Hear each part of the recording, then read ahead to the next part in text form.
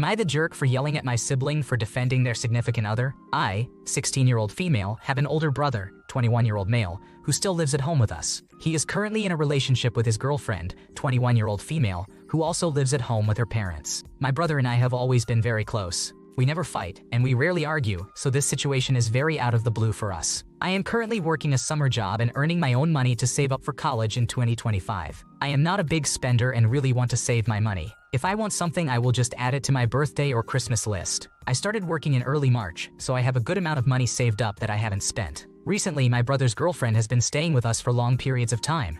At first, I didn't have a problem with it because she was really nice, but then things started to go missing from my room, and she began to be very rude to me. When I told my brother, he would just shrug it off, saying that she is going through things at home and is a little tense. I believed him because she usually is really nice to me. However, very valuable items and birthday cash started to go missing from my room. My best friend got me matching Pandora rings for my birthday, but they suddenly went missing. My earrings and other jewelry started disappearing. I literally tore up the whole house looking for them. My mom and dad were also getting mad because my money and other things were going missing. My mom confronted my older brother about this and told him that it was probably his girlfriend taking my pricier things. He got really mad, saying that she would never do that. Yesterday, I came home earlier from work because they were overstaffed for the night, so they let me off early. I went into my room to find her literally digging through my envelope. Obviously, I got very mad and started yelling at her, asking why she was stealing from a 16-year-old. She got mad at me and started yelling back, saying she was just looking for something. However, she was looking for something in my money envelope. My mom and brother came into my room to ask what happened, and I told them. I expected my brother to defend me, but he started yelling at me for accusing her of stealing. My mom and I started yelling at him, and he was defending her while she was crying. My mom told her that she was mental and needed to leave the house. My brother got mad, called me an asshole, and left with her. Everyone tells me it's not my fault, but now my brother won't speak to me. I have no clue why he believes her when she was literally holding my envelope in her hands the entire time this was going on. She direct messaged me on Instagram, saying I was an asshole for lying and trying to break up their perfect relationship. So, am I the asshole? She's a thief, and you'd be justified in reporting her to the police. Your brother is showing terrible judgment here, possibly in denial, or choosing to turn a blind eye to what his girlfriend is doing. Now she is playing the victim card, but she's shown quite clearly who she is. Kudos to mom for being on your side. Am I the jerk for kicking out my friend after he drunkenly urinated on my apartment floor? I, male, 20 years old, have an internet friend. Male, 20 years old.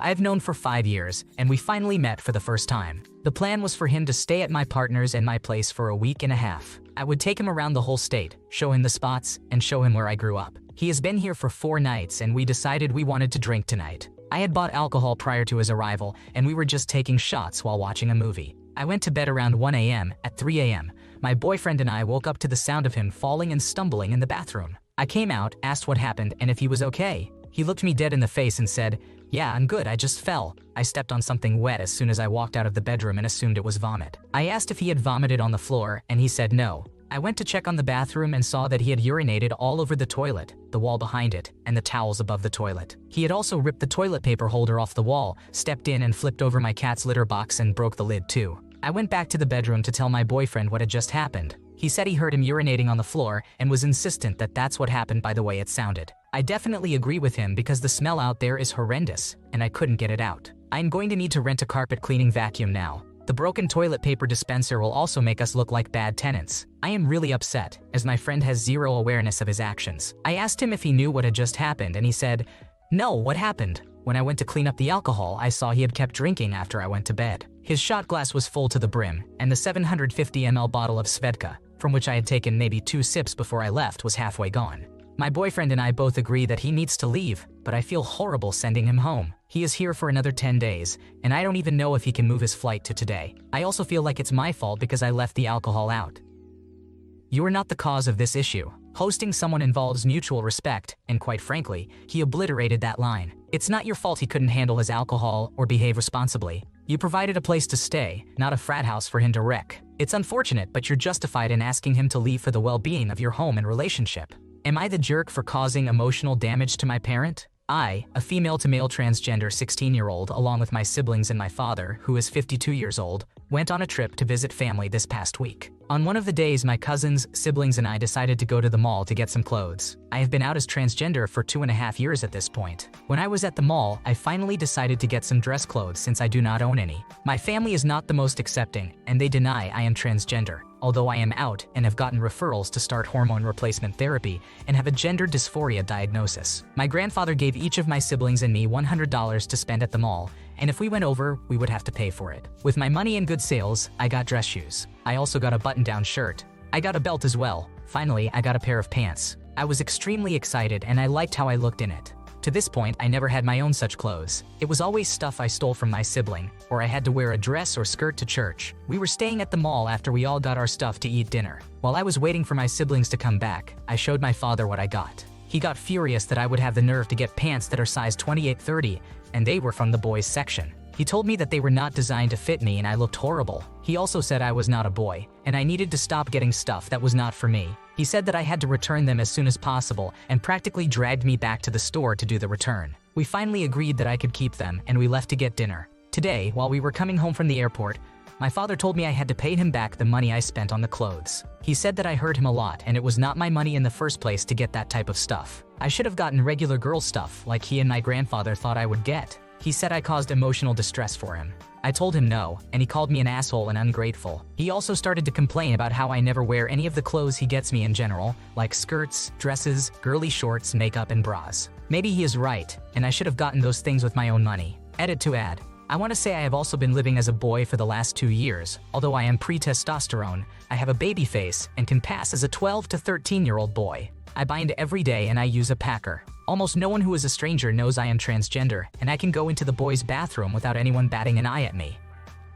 You are not in the wrong here. As soon as the money was handed over, it became yours, and no one specified any strings attached to the kind of clothes to buy. The problem is your father not coping with your reality and thinking he can bully you out of being who you are. Gifts should not come with strings attached, and if there are limits, they should be spelled out when the gift is given. Am I the jerk for not ordering food for my parent? So I never thought I would use this subreddit, but here we are. Sorry for any errors in English, since it's not my first language. This situation is really dumb, and I have to give some background info for it to make sense. On Monday, my mom agreed to buy a new TV for the living room that I had been asking for a while.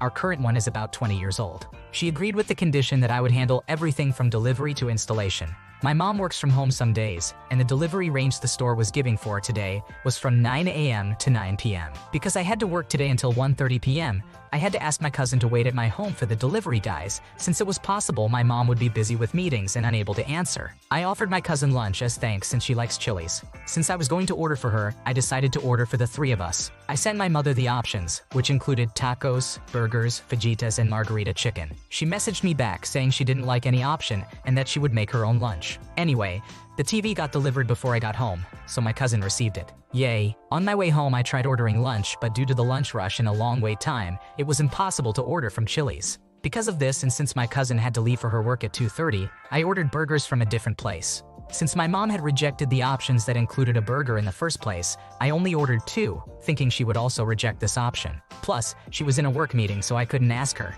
The burger got here quickly, and we ate. As I was picking up the trash, my mother suddenly came out and asked what I had ordered for her. Cue the guilt trip. I'm ungrateful, I have no consideration. I act as if I hate her. I only ask for stuff, and then the waterworks. My cousin literally ran out while I tried reminding my mom. She told me she didn't want anything from the options I sent her, and we had ordered the burgers, an option she had also rejected. She shut herself in the kitchen and reheated the leftover soup from yesterday's lunch. Just to add, this is not a regular soup. It's a traditional soup from my country that I made yesterday for us as a treat, and served her as lunch because she was busy with errands and work. Now she has shut herself in her room and is giving me the silent treatment. So, am I the antagonist?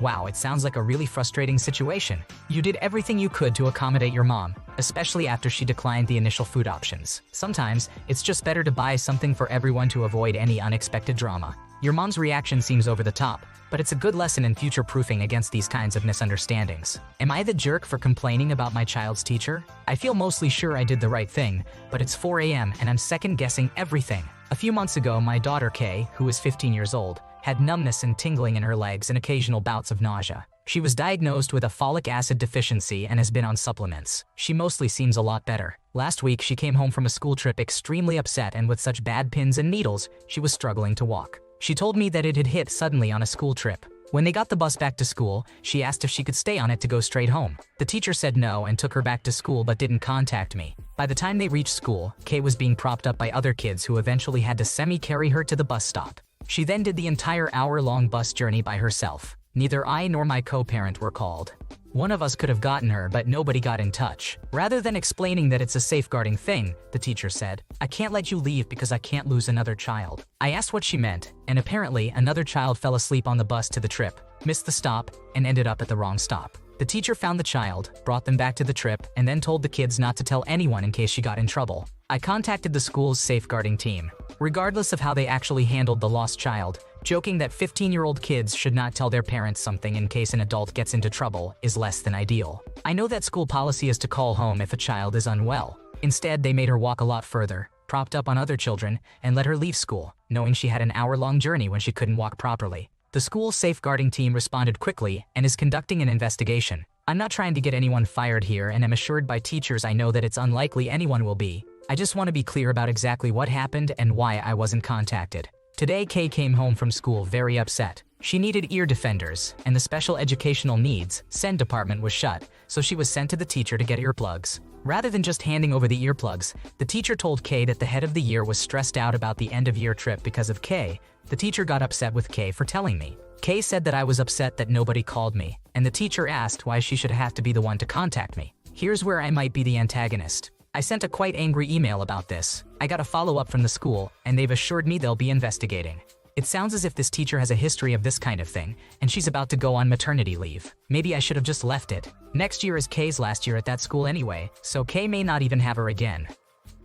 You did nothing improper. The teacher failed egregiously in her duty of care. Asking students to cover up her mistake is beyond the pale, especially when there's a known medical concern. This situation could have been terribly dangerous for your child, and the school needs to take it seriously. They would be liable had things gone worse, so it's right to demand answers and proper measures for the future. Am I the jerk for giving my parent the silent treatment due to their favoritism? Hello, for context, I am a 17-year-old female and I live in a fairly conservative country. I am the second oldest child, and I have all male siblings except for my older sister, who is now abroad. I always have the gut feeling that I am not really the favorite child of either of my parents. They treat me differently compared to my male siblings. For example, I get less allowance since guys are more expensive and they need it more. Another thing I noticed is how my parents ask me to do more chores compared to my brothers while they just sit there and watch television. One day, after eating dinner, my dad asked who was supposed to wash the dishes for that day. My brother, who is 16 years old, said it was his turn. My mom suddenly looked annoyed and said that I was the one who was supposed to wash all the dishes